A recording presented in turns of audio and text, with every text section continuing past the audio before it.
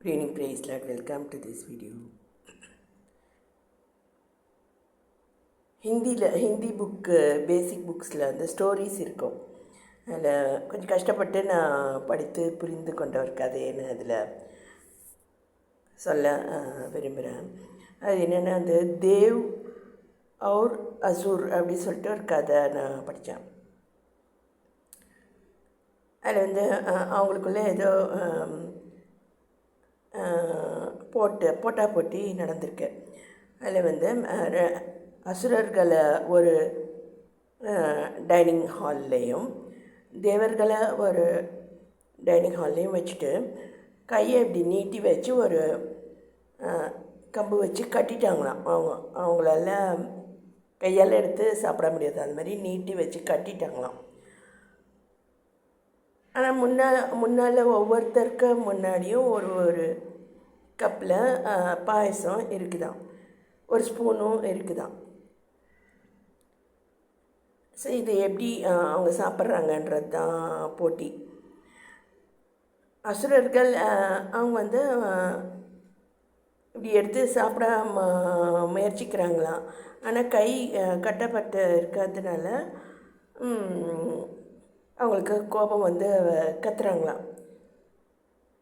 ஆனால் தேவர்கள் வந்து என்ன பண்ணாங்க, புத்தியாக அவங்க கை கட்டப்பட்டிருந்தாலும் எதிரில் உட்காந்துருக்க நபருக்கு வந்து அந்த ஸ்பூனை யூஸ் பண்ணி அவங்களுக்கு வந்து கொடுக்க ஆரம்பித்தாங்களாம். அப்படி ஒருவருக்கு ஒருவர் அங்கே ஹெல்ப் பண்ணதுனால அவங்களும் சாப்பிட்டாங்க, அவங்களுடைய நண்பர்களும் சாப்பிட்டாங்கன்ற மாதிரி அந்த கதை இருக்குது. அது போல் வன்கண் அப்படி சொல்லிட்டு ஒரு வேர்டு இருக்குது. அது கொஞ்சமேனும் தன்னுடைய குழந்தைகளுக்கு கூட கூடாமல் வன்கண்ணாக இருக்கக்கூடிய பெண்கள் இருந்தாங்க அப்படி சொல்லிட்டு இருக்குது வசனம். அதுமாரி நம்ம வன்கண்ணாக இருக்காமல் தேவனுடைய பிள்ளைகள் வந்து ஒருவருக்கொருவர் ஆலோசனைகள், உதவிகள், பொருளினாலேயோ ஏதோ ஒரு ஆலோசனையினாலேயோ நம்ம ஜபத்தினாலேயோ செய்து வந்தால் கண்டிப்பாக கர்த்தர் நம்மளை ஆசீர்வதிப்பார். என்னுடைய பிள்ளைகள்கிட்ட எதிர்பார்க்கக்கூடிய குணம் வந்து சத்துருக்களுக்கு கூட நம்ம வந்து நன்மை செய்கிறது தான்.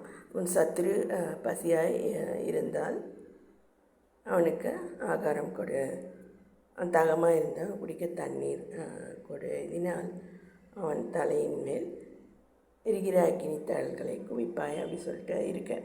அப்படின்னா என்னென்னா, அவங்களையும் நம்ம வந்து கர்த்தருக்கு ஏற்புடையதாக சிந்திக்க வைக்கணும். அவங்க அறியாமையினால தான் அப்படி நம்மளுக்கு சத்துருக்களாக இருக்காங்க. ஸோ அவங்களையும் சிந்திக்க வைக்கணும். அப்படின்னா அவங்களுக்கு வந்து நம்ம நன்மை செய்ய வேண்டியது அவசியமாக இருக்கு. இது நான் நிறைய தடவை செஞ்சுருக்கேன். அதற்குண்டான பலன்களை கர்த்தர் எனக்கு தந்தும் இருக்கார். என் சாட்சியாக நான் சொல்ல வேண்டும்.